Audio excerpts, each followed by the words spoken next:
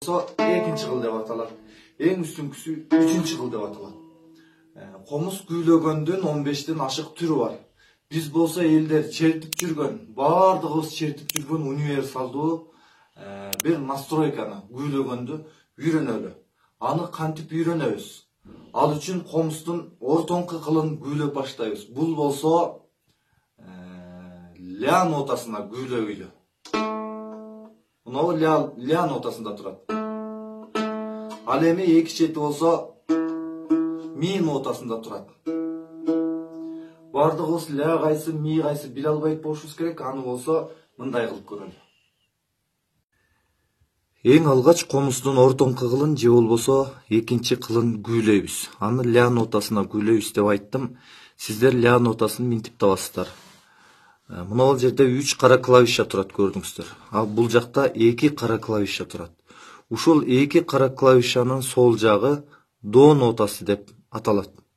До.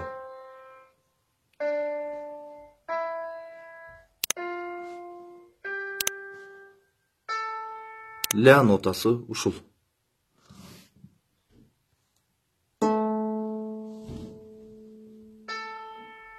Көрдүңүздөр, 1-де үн чыкты.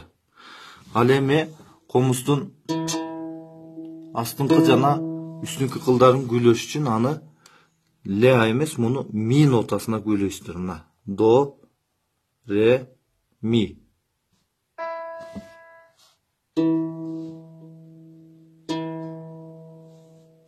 Эми комузуңуз күүгө келди. Болсо күйлөндү. Эми муну кантип чертишибиз керек? Мына ля нотасы. Көрдүңүздөр. 1-де үн чыкты. Астынан да басканда асты үстү теңелди. Эми ушул жерден эмки сабакта бир чыгарманы үйрөнөбүз. Ага чейин колуңуздарды көндүрүңүздөр. Үн туура чыксын.